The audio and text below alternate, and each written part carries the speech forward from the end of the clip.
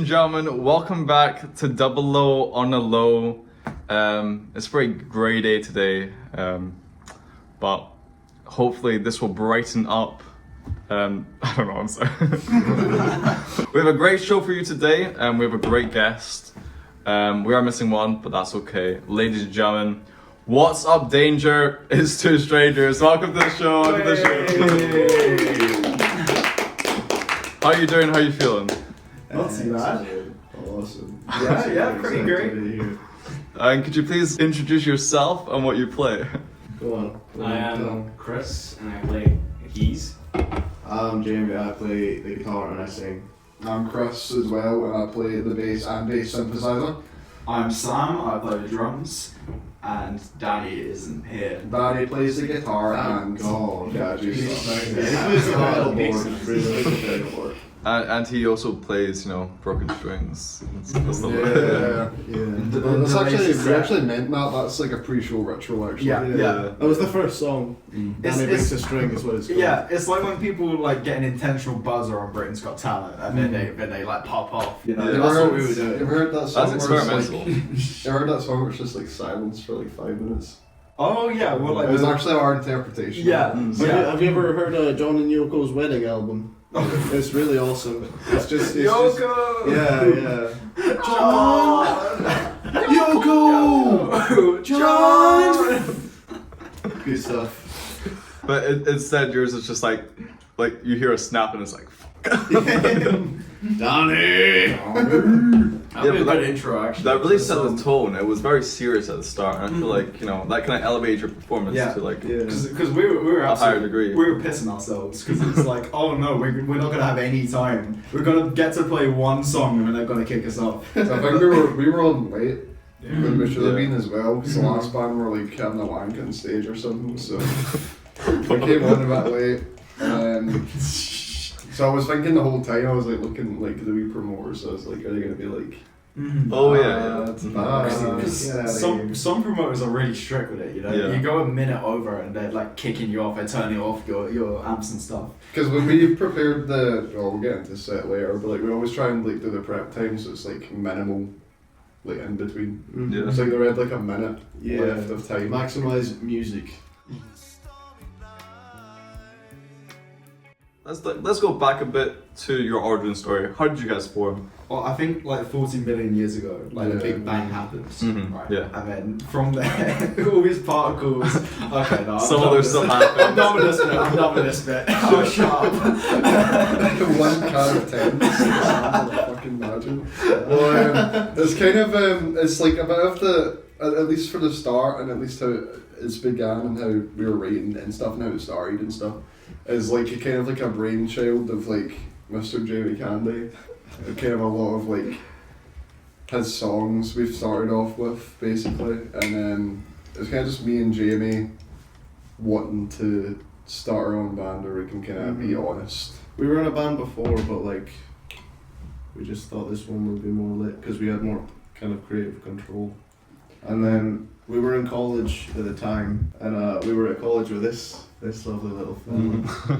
And I think talking to him is what really got the ball rolling for us, like actually doing stuff.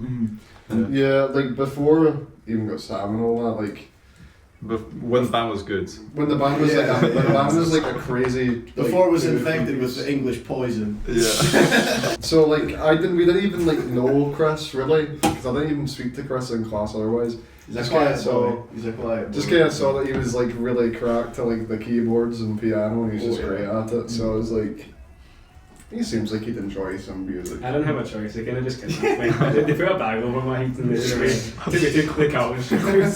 I met these guys through Danny. So Danny was the last member to join the band, but I knew Danny before any of these guys. We were in a band before, but it never ended up going anywhere.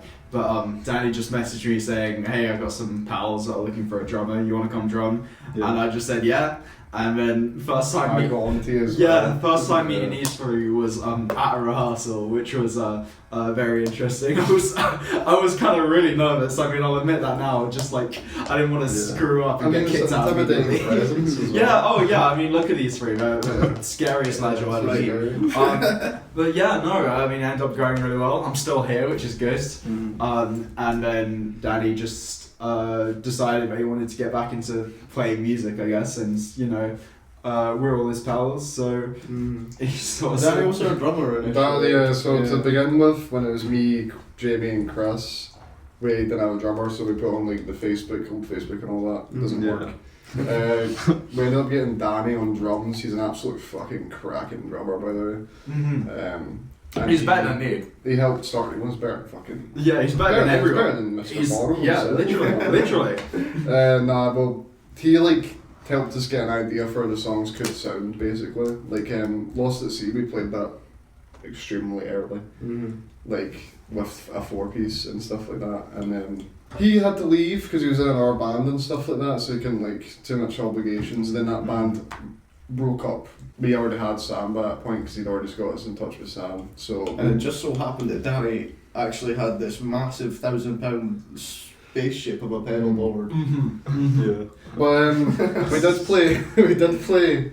Was it a couple or one gig with a 4-piece of ourselves? Yeah, Just the King Tut's. King Tut's one. First two gigs. You were there, weren't you? I was at the King Tut's one. Yeah. Early days. Very early days. So yeah, we played King Tut's for our first gig. 4 months ago. I It was like definitely, February or something. I definitely didn't harass the promoters or anything by email, but we played them. You're definitely not doing that now either. Yeah, oh yeah, definitely not. No. Definitely not. Please. Someone has to. Someone has to. Any promoters, please get in touch, of course. Yeah, Description below. in other words, please email me back. Please email me back. No, I've played like Tuts like 4 or 5 times now. It's a lovely venue, and I think like our sound was good there. Yeah. But I feel like it did lack like a bit of added touch up in terms of atmosphere. I'd say at that point we're all good musicians individually, but as a band we had yet to sort of find how we gelled. Whereas at the Record Factory gig, I think that was our best gig so far, and I think it was just really smooth the entire way through. Yeah. We were locked in. We had that hive mind mentality where we all just knew exactly where each other was at all times. It was really, really good. It was good. Yeah, That for was me, the best one. as an audience member watching the Record Factory performance, I described it as a journey a lot. I said that too many times, to be honest, but it was just like a non-stop, just cohesive set, you know? I think at least for the time that we have, the 30 minutes time, we want to make sure that most of our set is just like Banger. a good continuation of music. Yeah. You know. Because I mean, stage presence is one thing. If you don't give the audience a break, then how can they complain about stage presence? You know, just music. I've got to give it to Danny though. He's the one out of all of us that really pushes for the gigs to be like a show more than just like a local gig. Yeah. Mm-hmm. Yeah, Also his like performance Yeah. on stage, his confidence on stage, like just Yeah. inspiring. And yeah, he couldn't be bothered to show up for a talk show. I'd say like we're all trying to find like what we're gonna do on the stage and stuff. I thought you were going to say that. I think we're all trying to find a replacement for Dan. Yeah. We have just had up to here at this point. In your origin story, you said Jamie and Chris, it was you two who started it. Are you two the two strangers by any chance? No. Where does that name kind of come from? It's a YouTube video. If you type up on YouTube, Aberdeen mating call. no, Aberdonian mating call, Aberdonian mating call. you will slowly begin to realise the sentence that spurred it. Legend has it that they're still nae spicking to this day. Still missing. Yeah, you'd think that our name is like some clever. It's not. It's No, really Yeah, not. it sounds like Yeah. really pretentious. It's like it sounds like the joke is that it sounds like extremely like solipsistic, but it isn't. Yeah. It's just It's a very joke. silly, actually. Yeah, it's very dumb. How would you describe your genre? My like honest like view is like kind of like moving right now.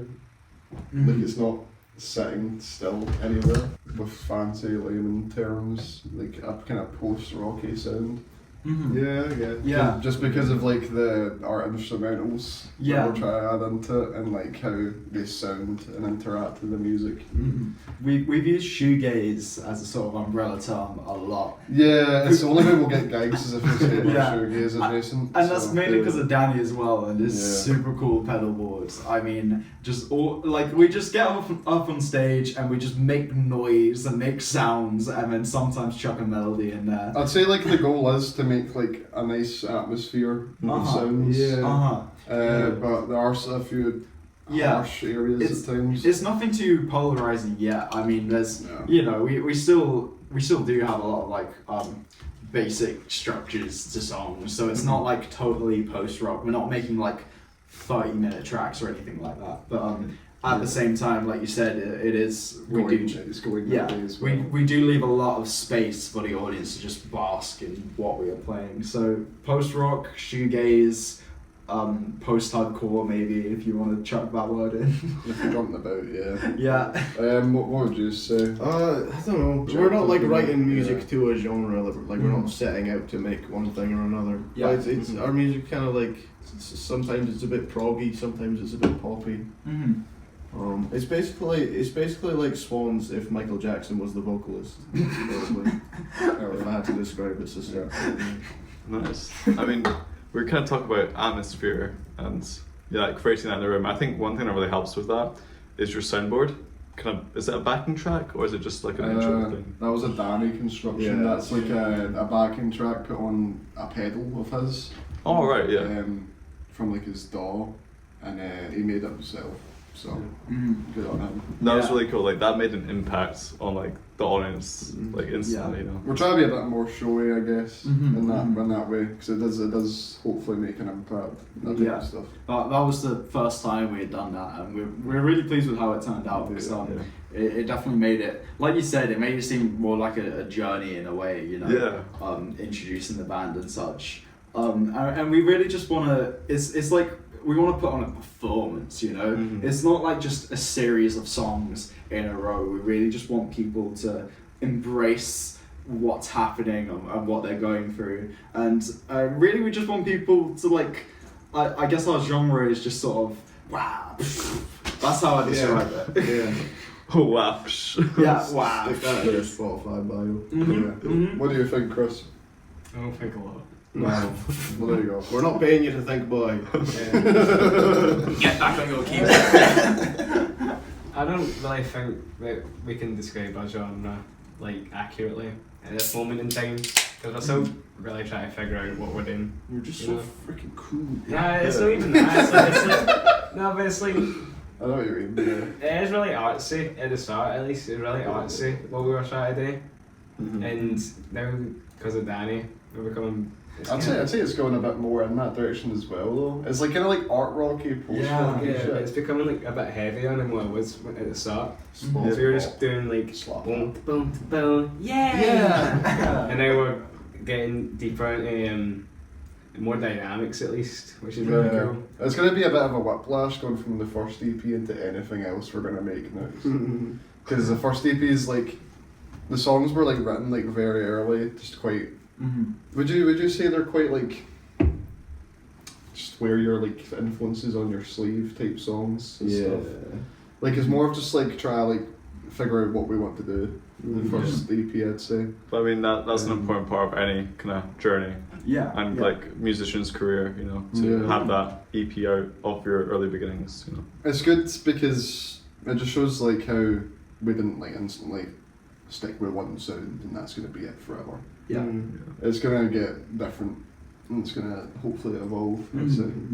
Maybe we should dive more into like your writing process as a band, you know, and kind of when you're going into a studio, what do you go in with, and what do you come out with?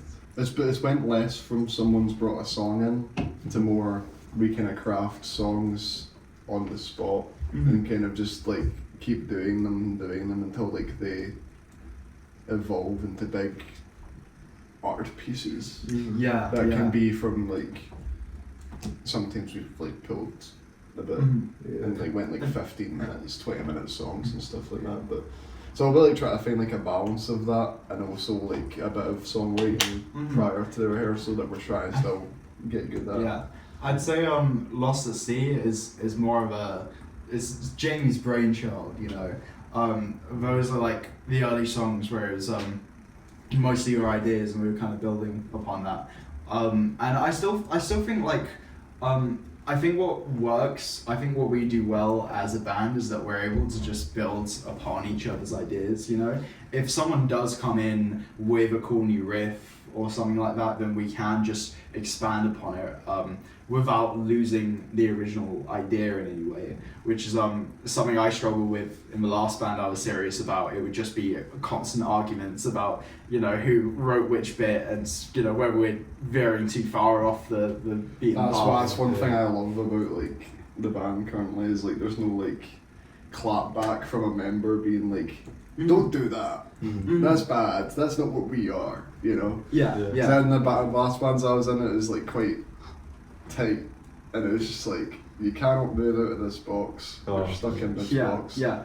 Because I mean, you'll write stuff that doesn't work. You'll try stuff that doesn't work, but that's just part of being a band, you know. And that's how you get the best stuff. Exactly. You do it enough, and eventually you'll come up with something fantastic, you know. I mean, we've got scrap songs. We've got songs that we played at Tuts that we didn't play at Record Factory, and I'll probably just gonna sit in the vault until we release like a deluxe edition with bonuses, you know.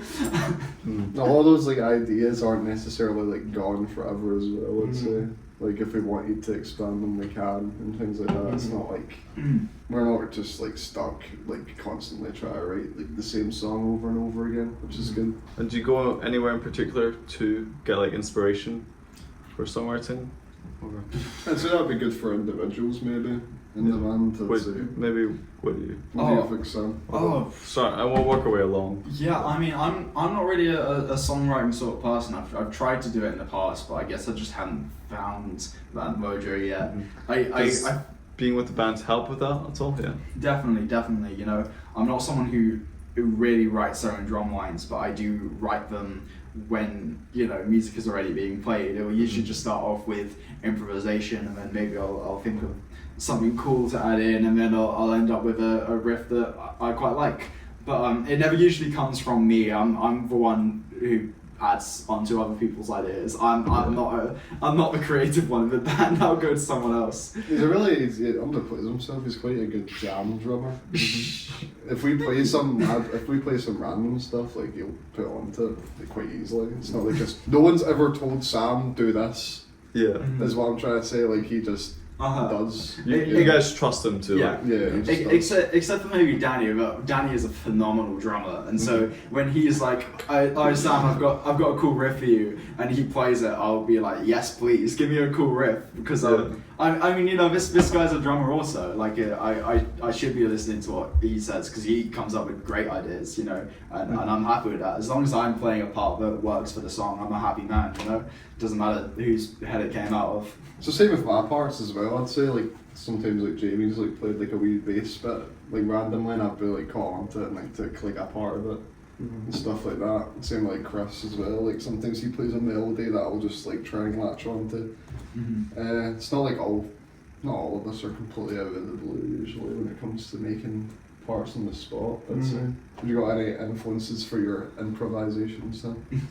Influences. Can I talk about influences or? Yeah, go for it. Yeah. I mean, you know, it just sort of depends on what we're playing. Some of the shoegazy stuff we play, I definitely have been taking more from like My Bloody Valentine recently, just with the way their drum lines are not exactly like the most complex or progressive or anything, but are just sort of hard hitting and powerful. That's what I did at the Record Factory gig. I tried to focus a lot more on just hitting stuff hard rather than doing anything complex. I'm a big fan of like Sonic Youth. I'd say Sonic Youth drum lines are way up there when I'm writing new stuff, and I'm also a big Slint guy. You know, in the post-rocky stuff we do. Britt Wolford from Slint is one of my drumming idols because that man is not only a hard hitter, but his drum lines are so stripped back and yet so complex but it's just crazy how he did all that at like what age 17. He's an absolute genius, and I'd really recommend you listen to Slit if you want to hear some cool drum lines.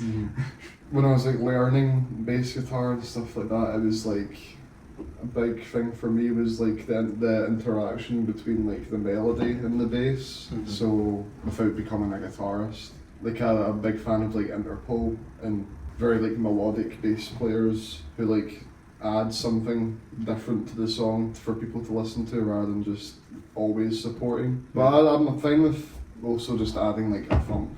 It's just like Wherever it complements the song. wherever it complements the song. I think like I always try and serve the song.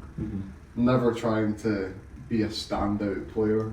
Overplay, I'd say. Like overplay. Yeah, I'd never try and do that. I always try and stay tasteful, I guess. And I think bands, because I listen to like a lot of like post-rocky like noise crafting bands, like where it's just like every piece of the band is contributing to make one big sound rather than all the bands are making, all the instruments are making their own different sound. I kind of just look at bass lines like that way, like how can I contribute to the one big sound of each song. Yeah.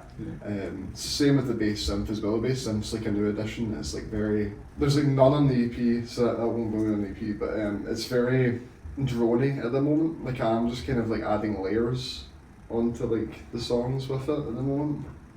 And it can also get really fucking loud, so that's good as well. And I used it to like kind of replace like an evil that I would use at the start of the band. I don't know if that'll come back or not. Wee cheeky gimmick. But yeah. This man is great when it comes to sounds. Faff a bit. When it comes to sound and when it comes to like, I mean, he's the literal backbone of the band when it comes to like actual the noise that we make, you know, because he's just, you always play just the exact perfect thing that happens for every song, and I feel like a lot of bassists can't exactly say the same. So thanks, you know, you're a good lad. You're a good lad. A little bit of that. A little bit of that. How do you go, Jamie? Okay. So I guess like for when I'm writing lyrics, if something's pissing me off or something's annoying me or something's upsetting me, I just try and kind of find a way to get it out and make it rhyme. But I don't really, because you don't really write songs when you're happy. I don't understand people who can write songs when they're happy, because like, why are you writing songs, mate? Just go enjoy yourself.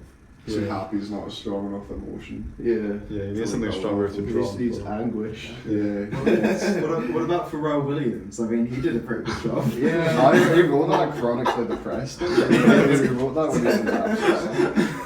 To be happy. Where do you think the room without a happy. roof line came from? Yeah. Desperate poverty. I'm living in New York and all that. But for like instrumentals and stuff, I don't know, I just like take in whatever I'm listening to at the time and like take something from it, say it's like a rhythm or a chord progression or something like that, and just kind of try and take it and make it my own. I like The Cure a lot. I'd say I draw a lot of inspiration from that kind of gothic-y sound, I guess. Even if the end project doesn't end up particularly gothic, I definitely draw a lot from that kind of style of guitar playing. This man is Robert Smith reborn, except Robert Smith isn't dead yet. So Yeah. I'm just Robert Smith's son. From when he was pregnant. Go on, Chris. Chris, what about you? I don't really do much songwriting. I wrote one song. I wrote one song, and then I took their song. Yeah, I don't write songs on my own really and bring them in. That's what Jamie did at the start. I feel like I had a lot of. I just improvise really for all the songs we've done. I've just been improvising. They give me like, this is what key it's in, and then I just improvise. I mean, it seems to be working out so far. I like it. I did write one song that we didn't play the last gig, but I think when I was writing it, I didn't really have any emotion. It was more, what key can I sing in? And then I didn't think too much about the lyrics, because I used to think that lyrics mattered.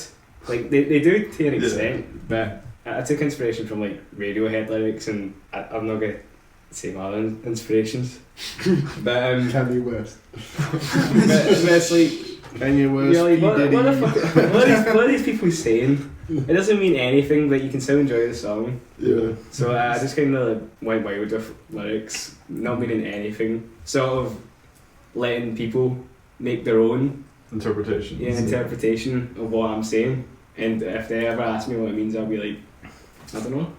It's like, what do you think it means? You know. Yeah, I'll be that prick. It's kind of like how I'm going with it now, with lyrics and songwriting. It's just like trying to find like open interpretation type lyrics.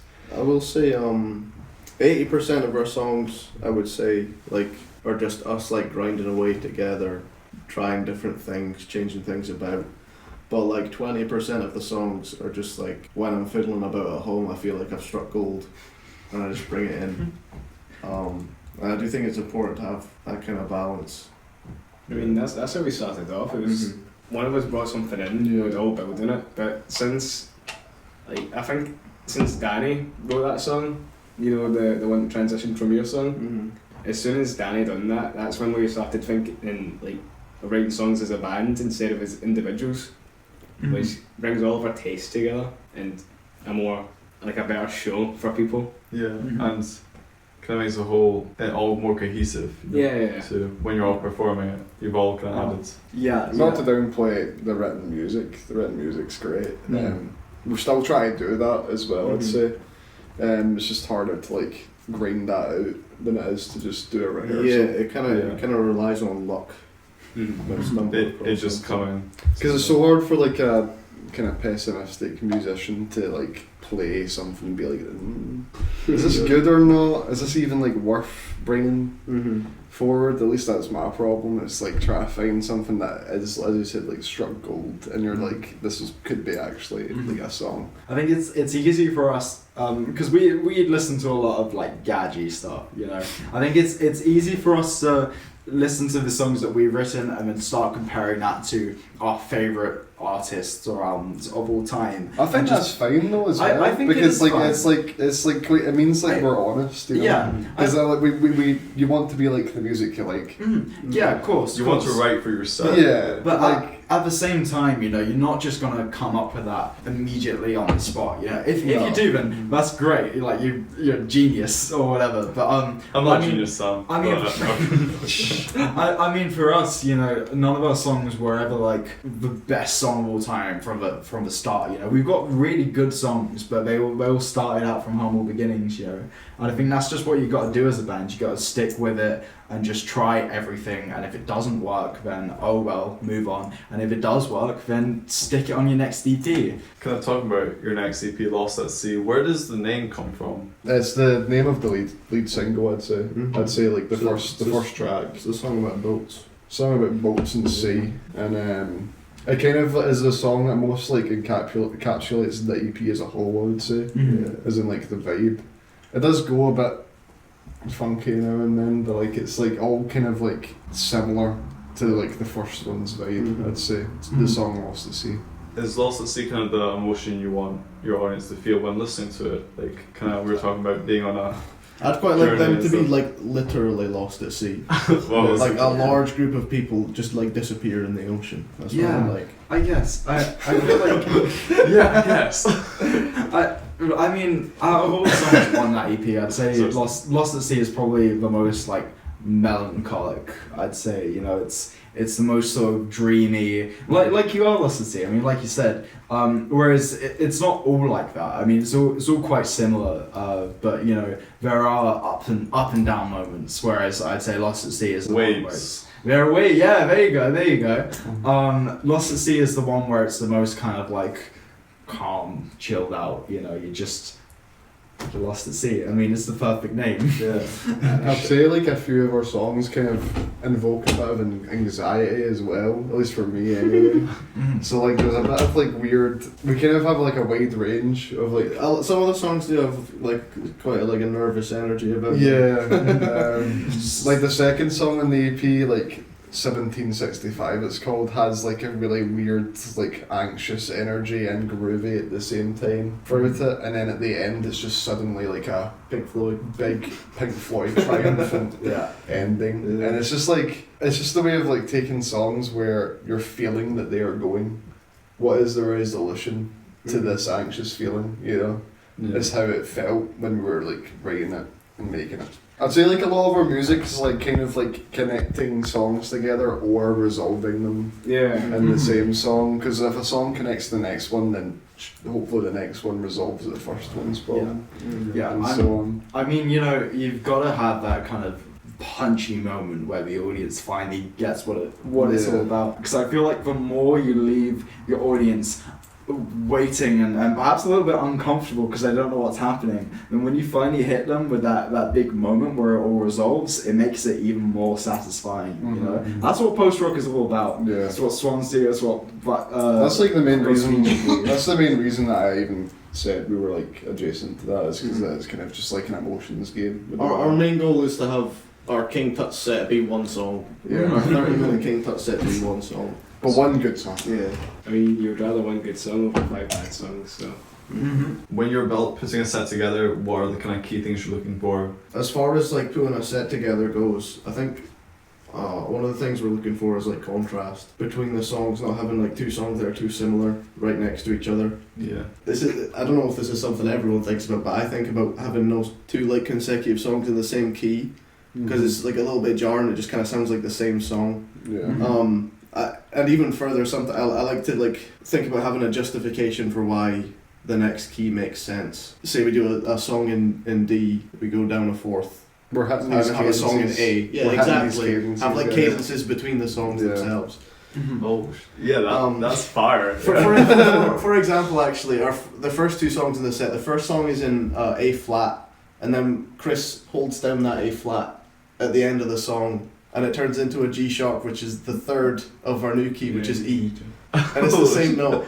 Wait, that's fire, yeah. Yeah. We think about all that stuff. Yeah.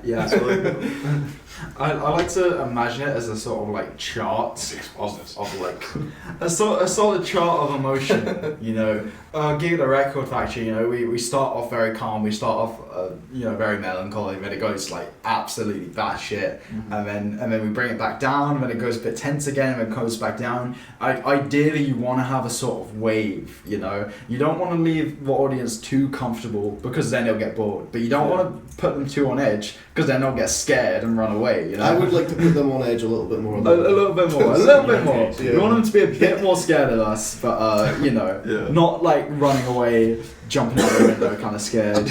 Well, if they're on edge all the time, then it also gets a little boring. So yeah. We And then might start that looking for happens. like a violin player to just tremolo while we play. You know, really add some stakes. I think Danny's got a violin Yeah. bow down in his Do you arsenal. reckon? He probably does.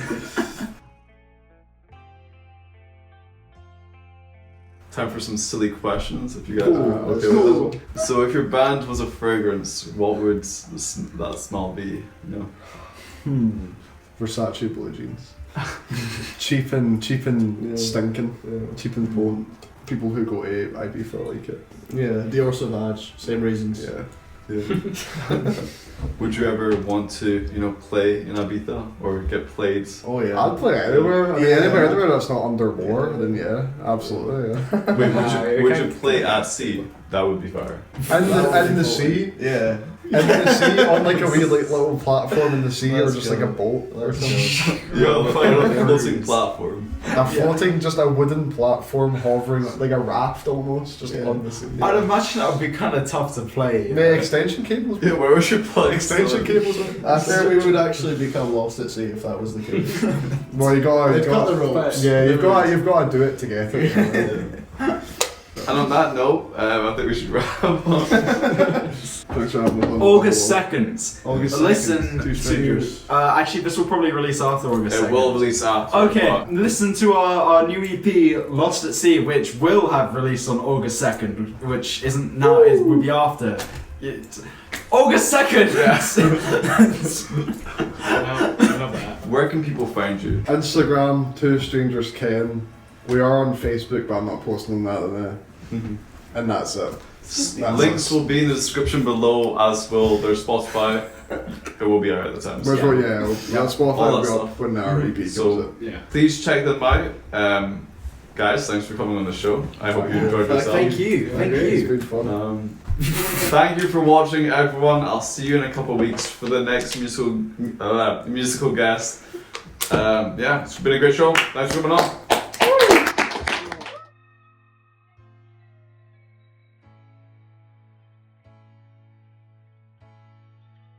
Introduce yourself and what you play. We are two strangers. My name is Sam. I play the drums. My name is Scotty, and I play the guitar. I'm Owen, I'm DoubleO. And he This plays is Chris. vocals. Second Chris the voice. He plays my name's Sam. He's really good at it. Chris. My name's Sam. This is And that's Danny. Sam over there. He plays the I'm drums. Jamie. And I play the daddy. You play the Danny. Yeah.